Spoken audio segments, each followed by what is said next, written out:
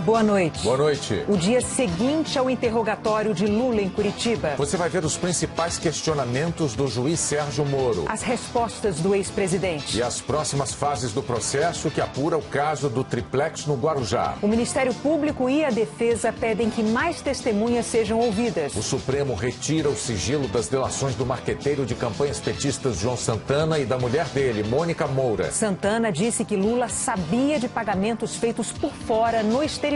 Veja também o lucro da Petrobras no primeiro trimestre do ano. E o fim da emergência nacional por causa do vírus da Zika associado à microcefalia. O Jornal Nacional está começando.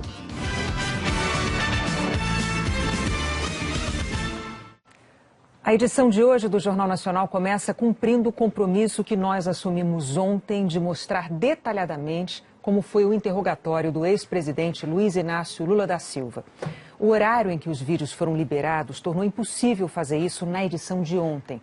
Mas mesmo com pouco tempo para analisar as 5 horas de gravação do interrogatório, o Jornal Nacional conseguiu mostrar os trechos iniciais do interrogatório, principalmente as partes em que o ex-presidente negou todas as acusações. Foram mais de 13 minutos de vídeo no ar em que Lula disse que o apartamento triplex não é dele, que nunca teve interesse pelo apartamento, que não pediu que fossem feitas reformas no imóvel, que quem tinha interesse no apartamento era a mulher dele, Dona Marisa, mas como investimento, não para moradia, que jamais recebeu propinas da OAS para adquirir o triplex de forma oculta ou para custear as reformas feitas nele.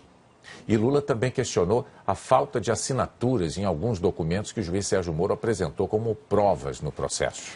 Hoje nós vamos relembrar a parte mais significativa de todas essas negativas antes de apresentar outros trechos do interrogatório de 5 horas que nós não pudemos mostrar aqui ontem. O primeiro deles é imediatamente antes de Sérgio Moro começar o interrogatório propriamente dito.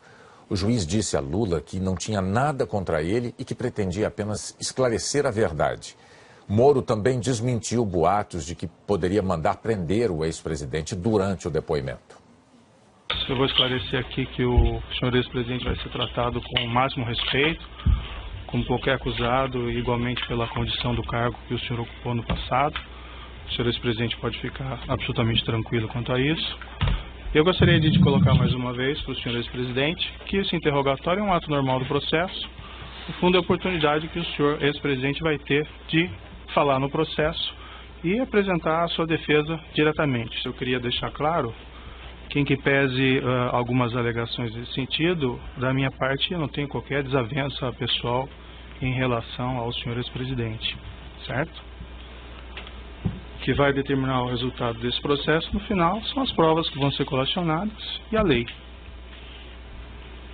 E também vamos deixar claro que quem faz a acusação nesse processo é o Ministério Público e não o juiz. Eu estou aqui para ouvi-lo e para proferir um julgamento ao final do processo, certo?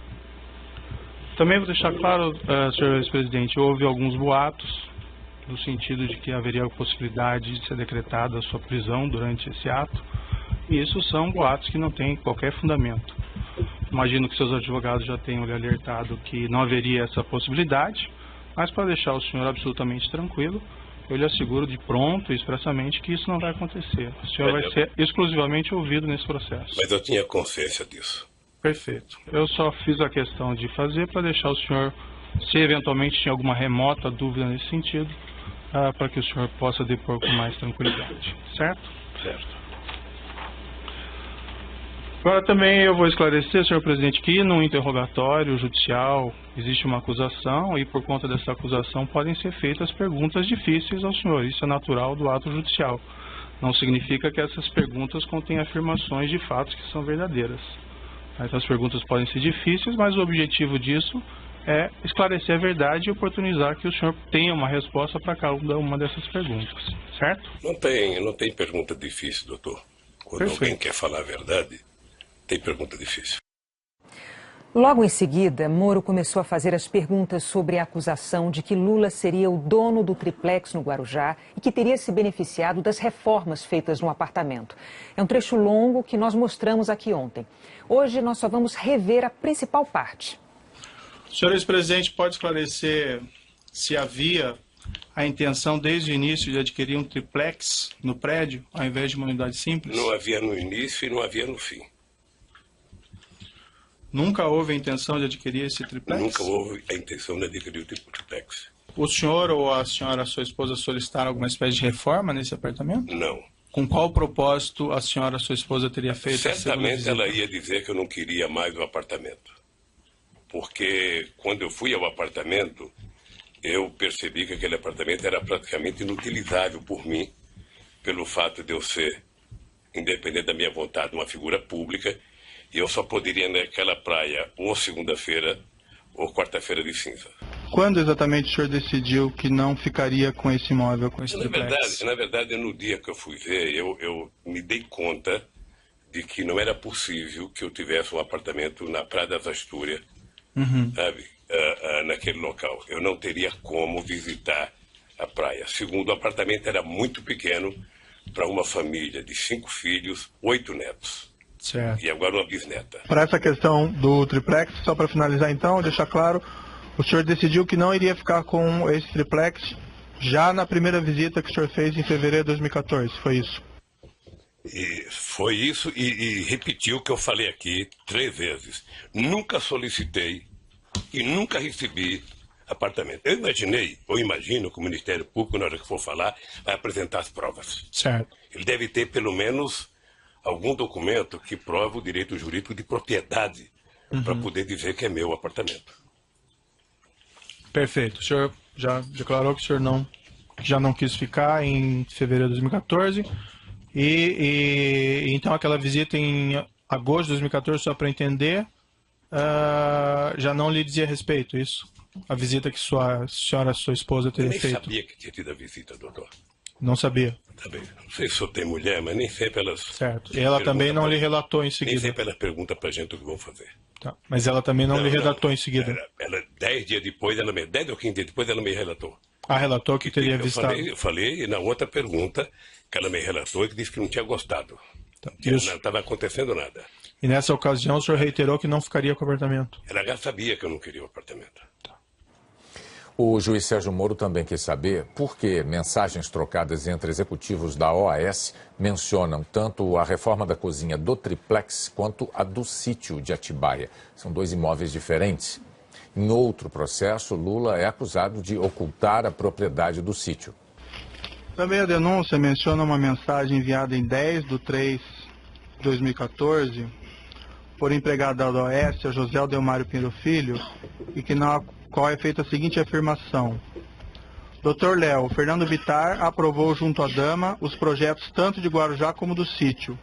Só a cozinha Kitchens completa pediram 149 mil ainda sem negociação. Posso começar na semana que vem? É isso mesmo? O senhor tem conhecimento se a OAS cuidou desses projetos da cozinha Kitchens do apartamento de Guarujá juntamente com o do sítio, em Atibaia? Não tenho conhecimento.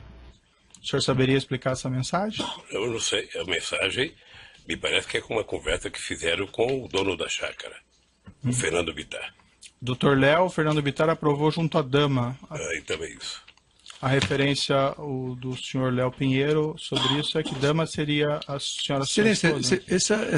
São mensagens, pela ordem, são mensagens trocadas entre terceiros. Então, Vossa Excelência precisa esclarecer ao ex-presidente que são mensagens trocadas entre terceiros. Não, eu esclareci, doutor. Mas eu não posso responder, doutor. Eu não posso responder por e-mails ou por telefonemas entre terceiros, doutor. Eu aqui posso muito responder pelo que eu fiz ou pelo que eu não fiz.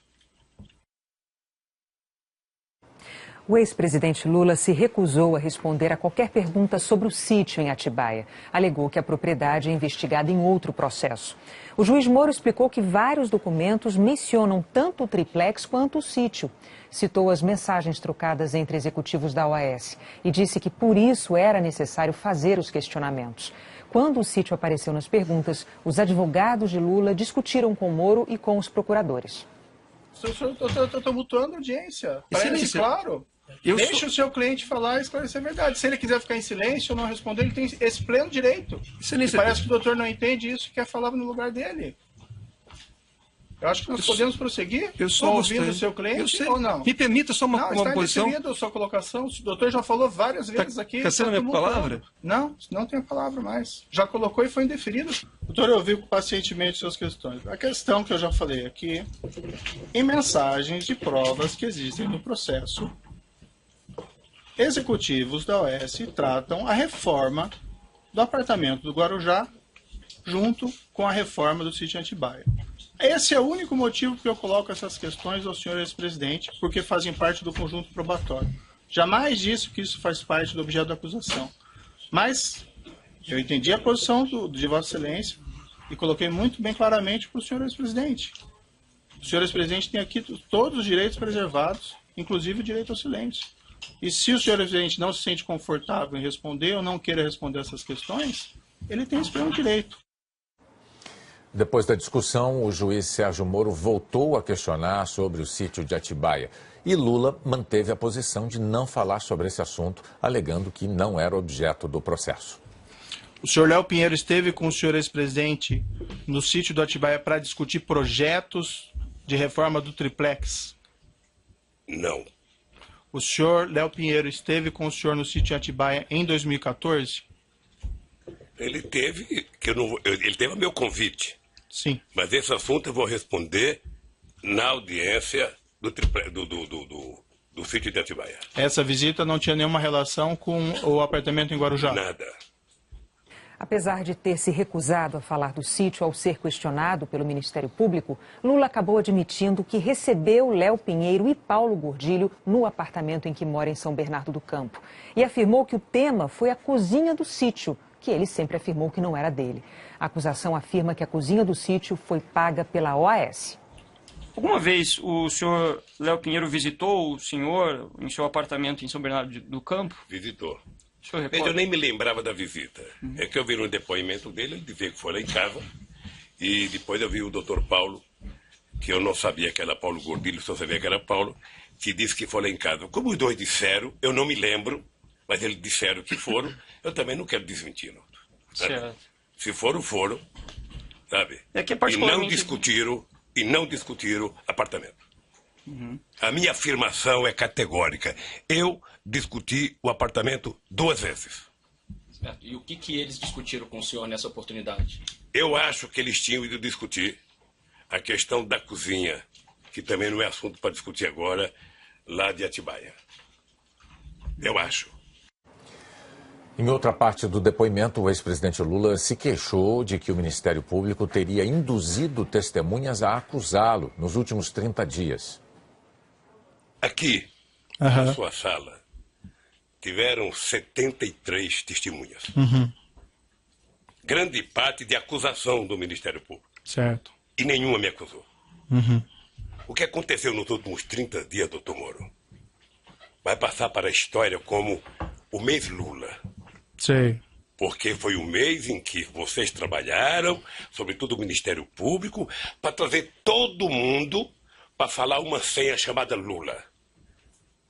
Sabe? O objetivo era dizer Lula. Se não dissesse Lula, não valia. O senhor entende que existe uma conspiração? Eu entendo e acompanho pela imprensa de que pessoas como Léo Pinheiro está já há algum tempo querendo fazer delação. Sim. Primeiro ele foi condenado a 23 anos de cadeia. Depois se mostra na televisão como é que vive a vida de nababo dos delatores. Sim. E o cara fala, eu estou condenado a 23 anos. Sabe? E os delatores, sabe, pagaram uma parte, estão vivendo essa vida. Sabe? Então, delatar virou, na verdade, quase que o avaral de soltura dessa gente. Apesar das negativas veementes de Lula de que tem algum dia sido dono do triplex, Moro confrontou o ex-presidente com a afirmação do ex-presidente da OAS, Léo Pinheiro, de que foi dinheiro de propina que pagou a diferença de preço entre um apartamento comum e o triplex e a reforma do triplex. O senhor Léo Pinheiro declarou também em juízo que a OAS tinha uma conta corrente geral de propinas com o Partido dos Trabalhadores, especificamente com João Vacari Neto. O senhor ex-presidente tinha conhecimento disso? O senhor Léo Pinheiro ainda declarou que a diferença do preço entre o apartamento simples para o apartamento triplex, e que o preço das reformas do apartamento triplex, tudo isso em torno de R$ 2.424.000, teriam sido abatidos da propina devida nessa conta geral de propinas. O senhor, ex-presidente, tinha conhecimento disso? Não. O senhor João Vacari Neto consultou o senhor ex-presidente a respeito disso? Nunca. Aliás, eu vi o depoimento do Léo e, sinceramente, a mentira contada de que o Vacari tinha oferecido um triplex logo no começo da construção é do irrealismo total. Primeiro porque o Vacari tem prédio lá, ou tinha um apartamento lá, ele poderia reivindicar um triplex para ele ou para outra pessoa. Segundo, o Vacari não ia passar o que não era dele para quem quer que seja. Eu vi o depoimento e achei muito irreal e uma deslavada inverdade contra o Vacari. Lula afirmou que no governo dele, a nomeação dos diretores da Petrobras seguia a mesma lógica dos governos anteriores. Em busca de apoio no Congresso, o presidente nomeava indicados dos partidos políticos. O juiz questionou Lula sobre as indicações de vários diretores da Petrobras e sobre quais partidos políticos os apoiavam.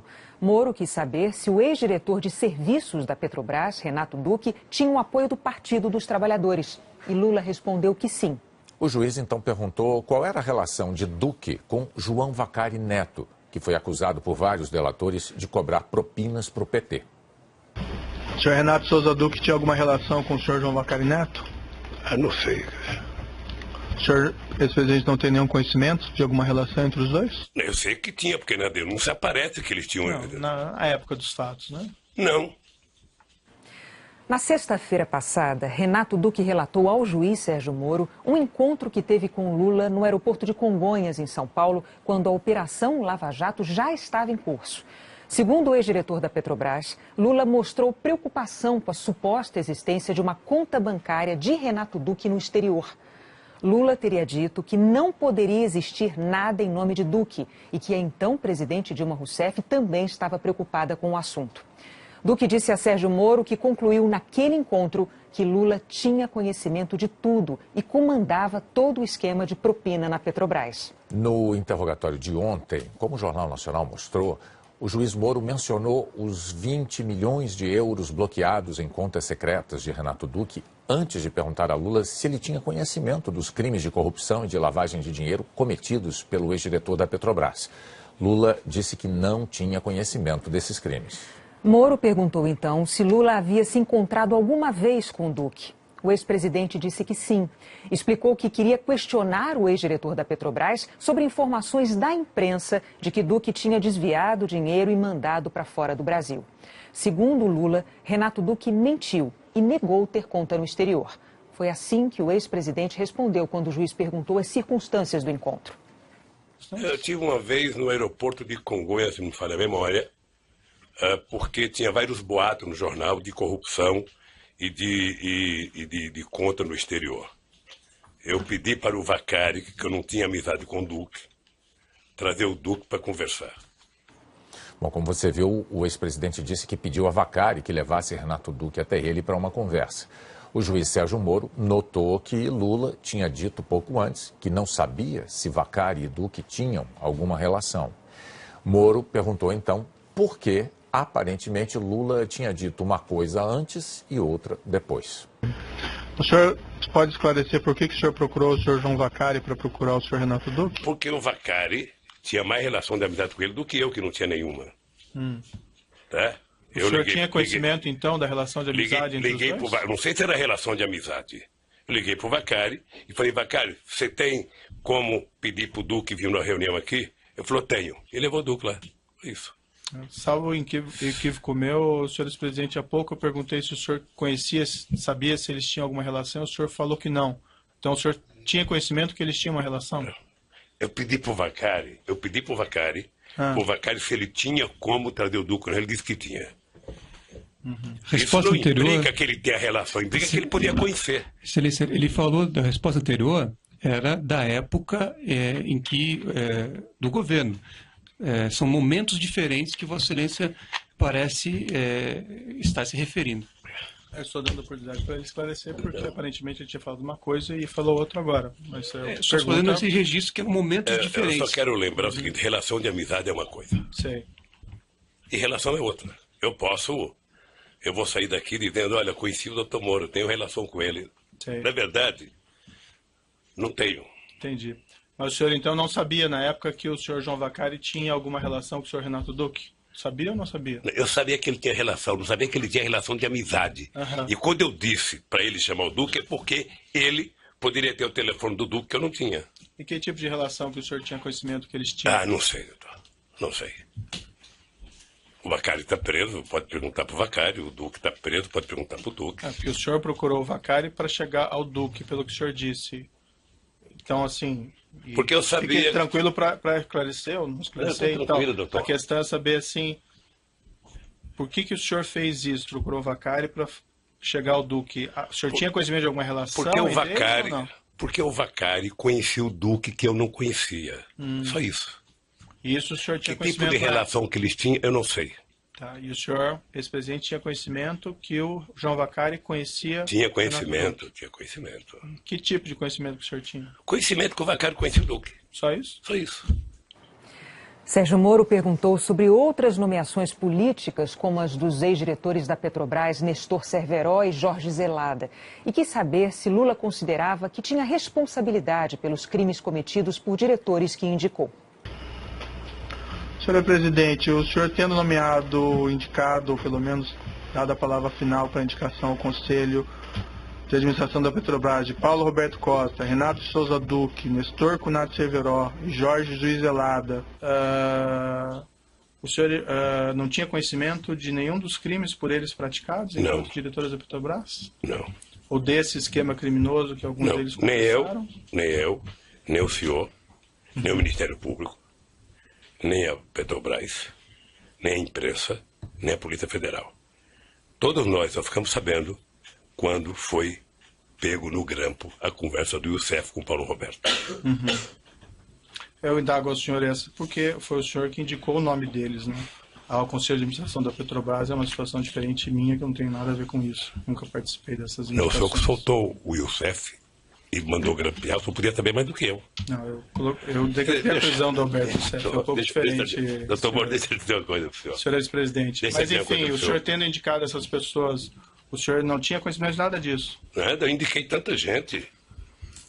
O senhor tendo nomeado todas essas pessoas, o senhor entende que o senhor não tem nenhuma responsabilidade pelos fatos que eles praticaram? Nenhuma responsabilidade. Da Petrobras? Nenhuma responsabilidade. O juiz Moro insistiu, quis saber se o ex-presidente usou a influência dele no PT para pedir apurações internas depois que surgiram as denúncias de corrupção contra o partido. Lula é fundador e principal líder do PT, mas negou ter influência no partido. Depois que vieram essas revelações à tona sobre o esquema criminoso da Petrobras, incluindo aqui repasses de valores a agentes políticos e a partidos políticos, entre eles o PT, o senhor ex-presidente tomou alguma providência? Eu já estava fora da presidência há 4 anos. E você sabe que um ex-presidente vale tanto quanto um vaso chinês. Um vaso chinês é um vaso bonito que você ganha quando você é presidente. Quando você deixa a presidência, você não tem onde colocar ele. O senhor solicitou eventualmente para que fosse realizada uma apuração interna para verificar se os fatos afirmados pelos executivos ou pelos agentes da Petrobras eram verdadeiros? Sabe que essa influência dentro do Partido dos Trabalhadores é porque o Ministério Público não conhece o PT. Né? Se ele não tem influência no Partido dos Trabalhadores? Se eles conhecessem o PT, ele não falaria isso. Tá? Porque o PT é um partido em que eu não participo de nenhuma reunião do PT desde que fui eleito presidente da República. Isso em 2002. Até 2014, quando eu deixei a presidência, que eu comecei a participar. Então eu não tenho nenhuma influência no PT. Eu tenho influência na sociedade. Quando eu falo, as pessoas me ouvem. Alguns ouvem, nem todos. Então, você entende, o senhor não solicitou nenhuma providência ou que o PT fizesse algum exame? Não, porque eu não era dirigente do PT. Sérgio Moro também fez perguntas sobre o mensalão e apontou uma contradição de Lula. Em 2005, ainda no primeiro mandato de presidente, Lula condenou o esquema. Mas em declarações posteriores, disse que o julgamento do mensalão teve 80% de decisão política e 20% de decisão jurídica. O juiz alegou que seria importante conhecer melhor as relações de Lula com os condenados naquela ação. E os advogados de defesa protestaram. Recomendaram que Lula ficasse em silêncio, mas Moro insistiu. Eu vou seguir adiante aqui para essa questão. Senhor ex-presidente, se o senhor entender que o senhor não tem condições de responder, que o senhor quer exercer o direito de silêncio, o senhor vai seguir a orientação dos seus advogados, sim, a pergunta fica mantida e não é uma pergunta política, doutor. E o doutor não tem a palavra mais sobre esse tema. Senhor ex-presidente, o senhor vislumbra alguma contradição na sua posição em afirmar que não tem qualquer responsabilidade sobre todos esses crimes, mas também não reconhecer publicamente qualquer responsabilidade de pessoas que trabalham no partido, no governo? Eu vou seguir a orientação dos advogados. O juiz enumerou, então, várias críticas de Lula à Lava Jato e suas ameaças de processar delatores policiais federais e o próprio Sérgio Moro. O senhor ex-presidente não acha que essas medidas podem ser interpretadas como atos de intimidação contra a atuação de agentes públicos? Eu não vou responder. Na semana passada, em 5 de maio de 2017, o senhor ex-presidente prestou as seguintes declarações em evento partidário, e eu abro aspas: se eles não me prenderem logo, quem sabe um dia eu mando prendê-los pelas mentiras que eles contam. O que o senhor quis dizer com esse tipo de declaração? Recomendação do defesa. Eu quis dizer o seguinte, que a história não para com esse processo. A história um dia vai julgar se houve abuso ou não de autoridade, nesse caso, do comportamento tanto da Polícia Federal quanto do Ministério Público, no meu caso. E o senhor pretende mandar prender os agentes públicos? Como é que eu vou saber? Nem sei se eu vou estar vivo amanhã. Foi o que o senhor afirmou lá. Isso é uma força de expressão. Dia que você for candidato, você vai ter muita força de expressão nos palanques. Nas considerações finais, Lula defendeu o que considera acertos de seus 2 mandatos na presidência e foi advertido por Moro de que não deveria prosseguir porque ali não era local para propaganda eleitoral. Lula insistiu. É porque eu estou sendo julgado pelo que eu fiz no governo. Eu estou julgado pela construção de um PowerPoint mentiroso. Que aquilo é ilação pura. Aquilo deve ter sido um ou alguns cidadãos, com todo respeito, que, desconhecendo a política, fizeram um PowerPoint, porque já tinha a tese anterior de que o PT era uma organização criminosa, que o Lula, por ser presidente, era o chefe e que, portanto, o Lula montou o governo para roubar. Essa é a tese do contexto que está colocada. Essa é a tese do contexto. Então, é uma tese eminentemente política. E eu sou obrigado a dizer o que foi feito comigo. Eu sou obrigado a dizer. Eu tenho 71 anos de idade, tenho 5 filhos e 8 netos. E nunca ninguém que me acusou respeitou que netos meus de 5 anos estão na escola, de neto de 4 anos estão na escola e que sofrem bullying todo santo dia. Por conta de mentiras. Por conta de mentiras. Na sequência, o ex-presidente Lula disse que tem sido perseguido. O que eu quero é que se pare com ilações e que me diga qual é o crime que eu cometi. O crime não é conversar com alguém na agenda. O crime não é ter ido ver um triplex. O crime, doutor, eu cometi se eu comprei o apartamento, se tem documento que eu comprei, se me der a chave, se eu dormi lá alguma vez, se a minha família dormiu, se tem escritura pública. Como é que alguém pode imaginar, em sã consciência, doutor Moro, que um cidadão compra um apartamento que vale 10 e depois declarou no imposto de renda 5 anos seguidos e depois aparece um apartamento que vale 20, sabe, sem nenhuma explicação? Mas, senhor ex-presidente, a questão aqui, a acusação está posta pelo Ministério Público na denúncia, evidentemente o senhor tem oportunidade de defender, mas o Ministério Público afirma aqui que teria havido corrupção e lavagem. Excelência, lavagem de dinheiro, excelência, envolve essa ocultação de patrimônio. Pela ordem, excelência, a lei assegura o momento do interrogando falar o que ele tem em sua autodefesa. Não basta alguém levantar uma tese e essa pessoa ser processada. No fim, Lula criticou muito a imprensa. Disse que é massacrado, alvo de um volume enorme de notícias negativas e que é acusado injustamente. Citou os jornais impressos, revistas e o Jornal Nacional.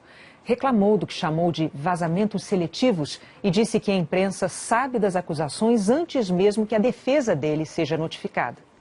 E hoje, a acusação é muito mais feita pelas capas dos jornais, pela capa de revista e pela imprensa, do que os dados concretos das perguntas que vocês me fizeram.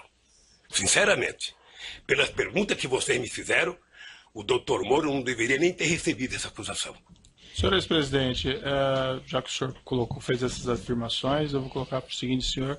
A imprensa não tem qualquer papel no julgamento desse processo. O processo vai ser julgado com base na lei e exclusivamente nas provas.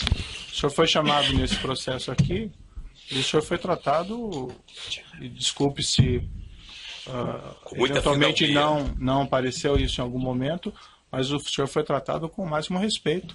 E as perguntas que foram feitas ao senhor presidente, como eu disse no começo, embora elas possam até parecer difíceis, mas é porque existe uma acusação criminal. Então não tem como esclarecer esses fatos sem perguntar a respeito do conteúdo da acusação criminal. Mas o senhor pode ter certeza que o processo vai ser julgado exclusivamente com base nas provas e na lei. E serão levadas em consideração essas declarações que o senhor fez a esse respeito. O juiz Sérgio Moro finalizou dizendo que ele próprio é alvo de críticas de blogs na internet. Senhor ex-presidente, infelizmente eu já sou atacado por bastante gente, inclusive por blogs aí que supostamente patrocinam o senhor. Então eu padeço dos mesmos males de certa medida. Entretanto, não, doutor, não me dê a palavra. Entretanto, eu vou encerrar aqui essas suas declarações, mas eu lhe asseguro que vai ser julgado unicamente com base nas leis e na prova do processo. O senhor pode ficar seguro quanto a isso, certo? É assim que eu espero, doutor. Depois do interrogatório do ex-presidente, começou uma fase nova no processo. Hoje, a defesa de Lula e os procuradores da Lava Jato pediram para o juiz Sérgio Moro ouvir mais testemunhas. O processo do triplex começou em setembro do ano passado na Justiça Federal do Paraná. Além dos 7 réus, o juiz Sérgio Moro ouviu 75 testemunhas. 26 de acusação, incluindo 10 delatores, e 49 de defesa, 23 delas convocadas pelos advogados de Lula. Agora, o processo está na chamada fase complementar. Passou a contar o prazo de 5 dias dado pelo juiz Sérgio Moro para que o Ministério Público Federal e as defesas, se julgarem necessário, peçam documentos adicionais e também para que novas testemunhas sejam ouvidas. Hoje, os advogados de Lula pediram ao juiz acesso a relatórios da OAS e da Petrobras e também que sejam ouvidas outras 9 testemunhas que, para a defesa, podem esclarecer dúvidas sobre o caso. Já os procuradores pediram a Sérgio Moro que tome o depoimento de outras 3 pessoas. O juiz ainda vai decidir se aceita ou não esses novos pedidos. Depois, o processo entra na fase das alegações finais. É quando os advogados dos réus e o Ministério Público Federal apresentam por escrito os últimos argumentos. Por fim, o juiz Sérgio Moro dará a sentença, condenação ou absolvição, mas não há prazo para que ele decida. Se houver condenação, os réus podem recorrer à segunda instância, que no caso da Lava Jato é o Tribunal Regional Federal da 4ª Região em Porto Alegre. O tempo médio para julgamento no tribunal é de 11 meses. Ainda nessa edição, os nossos repórteres vão trazer os detalhes das delações premiadas do marqueteiro de campanhas petistas João Santana e da mulher dele, Mônica Moura. A seguir, o fim da emergência nacional por causa da Zika. A Polícia Federal leva o ex-governador de Mato Grosso do Sul, André Potinelli, para depor. Imagem do Querer.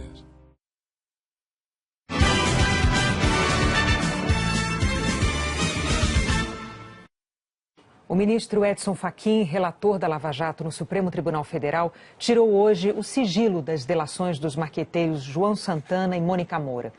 Nos depoimentos, eles revelaram como seria a engrenagem financeira das campanhas petistas. João Santana contou que o pagamento de Caixa 2 dependia da palavra do ex-presidente Lula. O marqueteiro João Santana e a mulher e sócia Mônica Moura detalharam um modelo de financiamento ilegal, os acertos e pagamentos efetuados. Eles fizeram as últimas 3 campanhas petistas à presidência, a de reeleição de Lula, em 2006, e as 2 campanhas de Dilma Rousseff, em 2010 e 2014. João Santana começou falando sobre a relação com Lula, que começou em 2005, quando Lula se reuniu com Santana e quis saber se o marqueteiro conseguiria melhorar sua imagem, bastante abalada com o mensalão. O marqueteiro disse que Lula, já nesse encontro, o orientou a acertar os honorários com Antônio Palocci, então ministro da Fazenda. E que, em outro momento, Palocci disse que, para a segurança de todos, os depósitos seriam feitos em uma conta no exterior pela Odebrecht, pois além do porte e seriedade, a empresa tinha o respaldo do chefe. Ainda segundo o marqueteiro, nos encontros que teve com Palocci, ficou claro que Lula sabia de todos os detalhes, de todos os pagamentos por fora, porque Palocci sempre alegava que as decisões definitivas dependiam da palavra final do chefe. João Santana também descreveu como pressionava para ser pago. Afirmou que em momentos críticos de inadimplência, durante as campanhas, era ele, João Santana, que após tentativas frustradas de Mônica Moura, dava o alerta vermelho a Lula e depois a Dilma, ameaçando interromper os trabalhos. A marqueteira Mônica Moura apresentou o extrato dos pagamentos recebidos em 2007 após a campanha de Lula. O dinheiro foi repassado pela Odebrecht em uma conta na Suíça. Os valores e datas se aproximam do extrato apresentado pelo delator e ex-executivo da Odebrecht, Pedro Novis, com quem João Santana disse que se reuniu para tratar de pagamentos. Segundo os marqueteiros, a dívida que sobrou da campanha de 2006 foi de 10 milhões de reais. Metade dessa sobra foi paga pela Odebrecht no exterior. E a outra metade, segundo Mônica Moura, foi paga em dinheiro vivo num acerto feito pelo ex-ministro Antônio Palocci. Mônica contou que em 2006 e 2007 viajou muito para São Paulo para receber dinheiro em espécie. A entrega era feita usualmente dentro de um shopping, por um intermediário de Palocci, que entregava sacolas com os valores em dinheiro em caixas de roupas, de sapatos. Foram pagos de forma parcelada cerca de 5 milhões de reais.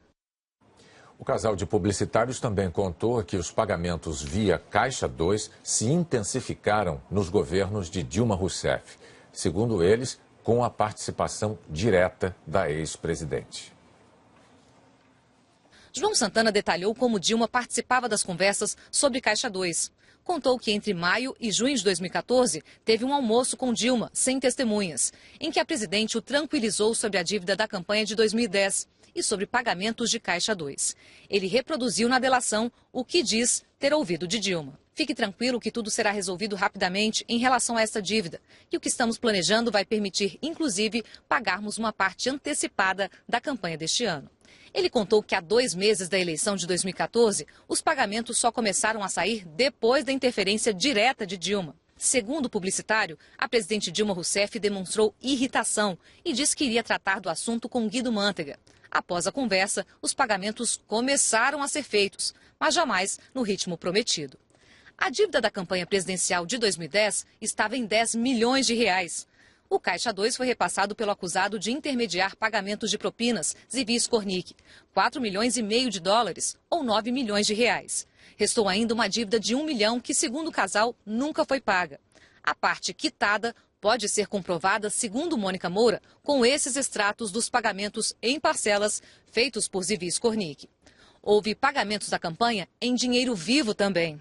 5 milhões de reais entregues em espécie pela Odebrecht em São Paulo, por pessoas que Mônica Moura disse acreditar que eram doleiros.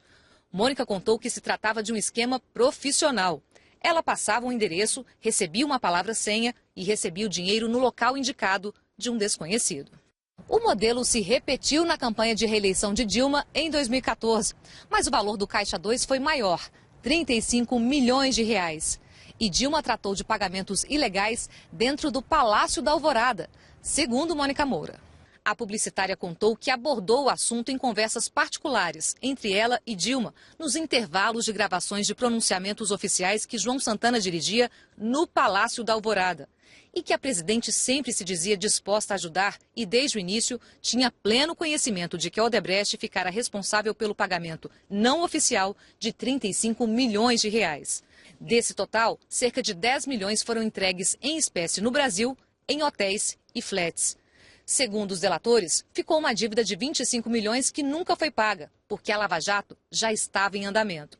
Os delatores contaram que Dilma estava preocupada com o avanço da operação.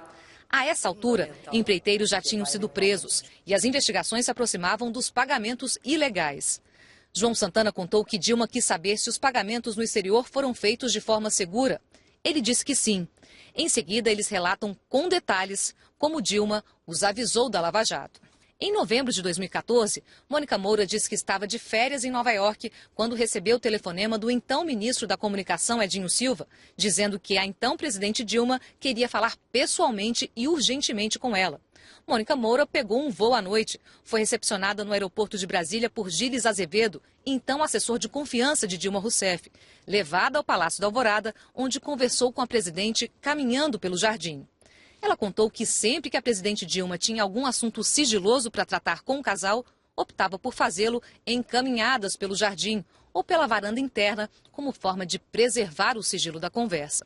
Mônica também conta que foi criado um e-mail para troca de informações sigilosas da Lava Jato com o casal. Segundo Mônica, Dilma Rousseff disse a ela: precisamos manter contato frequente de uma forma segura para que eu lhe avise sobre o andamento da operação. Estou sendo informada de tudo frequentemente pelo José Eduardo Cardoso, então ministro da Justiça.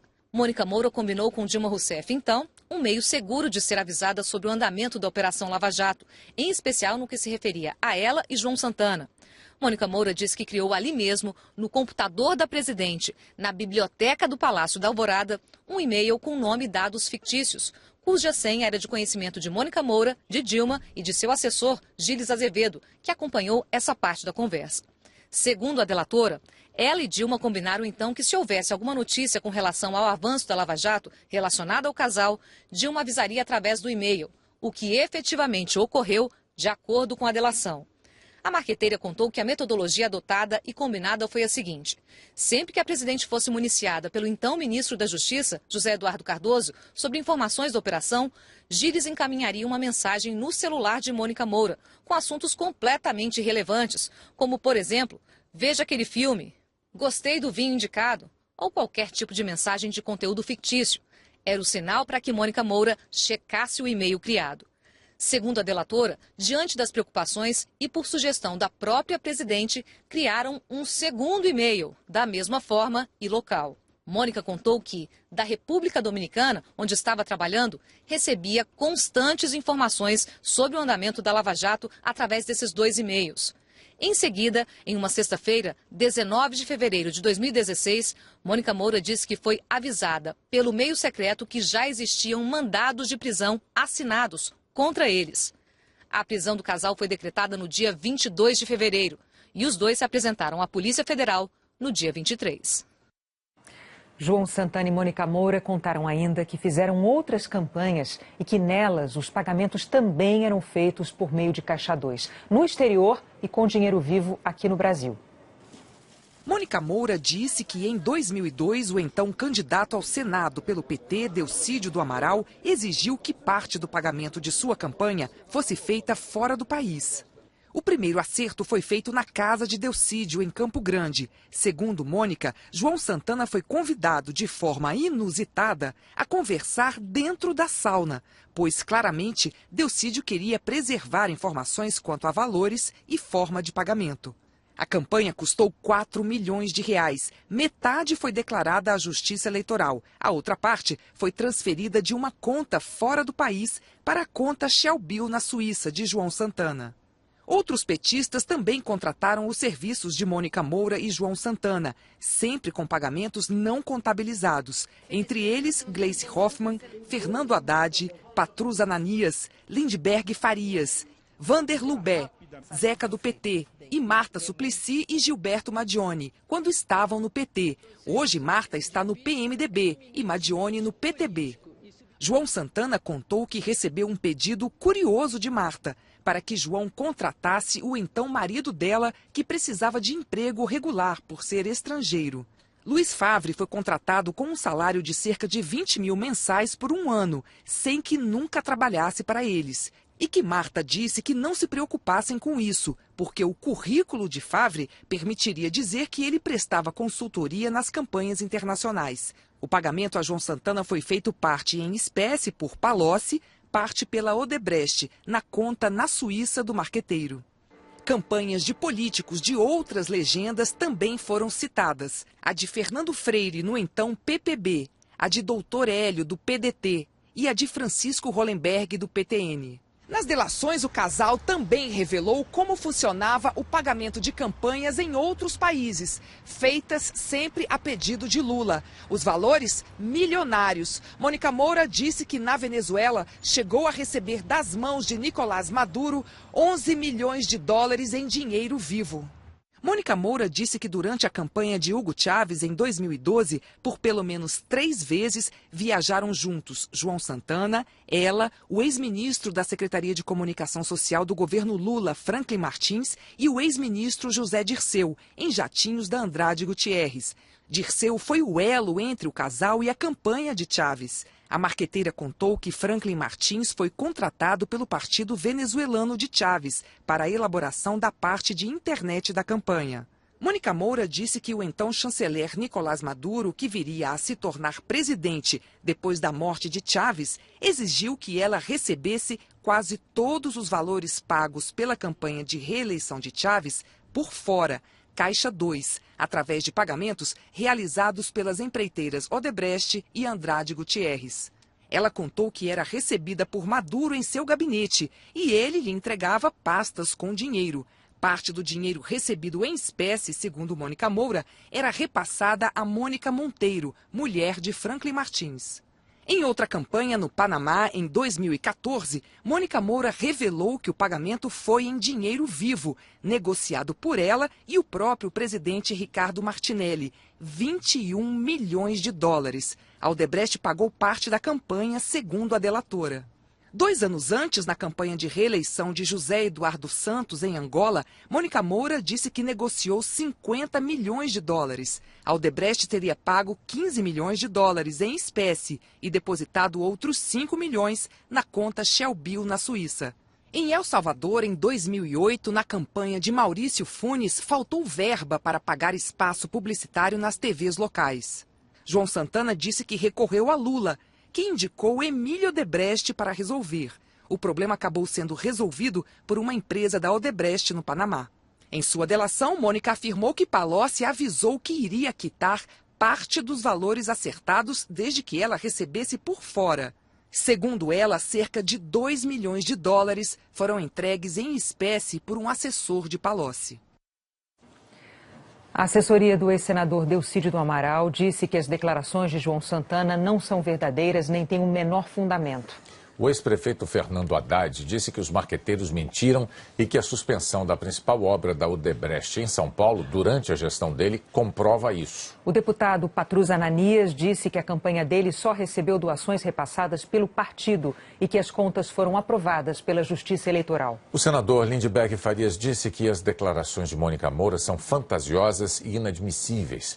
Declarou ainda que os financiamentos das campanhas dele foram aprovados pela Justiça Eleitoral e que sempre foram feitos de forma lícita. A senadora Gleisi Hoffmann também declarou que os marqueteiros faltaram com a verdade. A senadora disse que nunca conversou sobre recursos, pagamentos ou contas de campanha com o casal. O deputado Zeca, do PT, disse que nunca autorizou qualquer repasse à delatora. A senadora Marta Suplicy disse que as delações são mentirosas. Declarou ainda que jamais participou ou teve conhecimento de negociações ilegais. O Partido dos Trabalhadores não quis se manifestar. A Andrade Gutierrez informou que fechou acordo de leniência com o Ministério Público e que segue colaborando com as investigações. A empresa reforçou que tem um compromisso de corrigir irregularidades praticadas no passado. A defesa do ex-ministro José Dirceu não quis se manifestar. Francisco Hollenberg, que foi candidato ao governo de Sergipe, e o ex-governador do Rio Grande do Norte, Fernando Freire, não quiseram se manifestar. O deputado Vander Lubé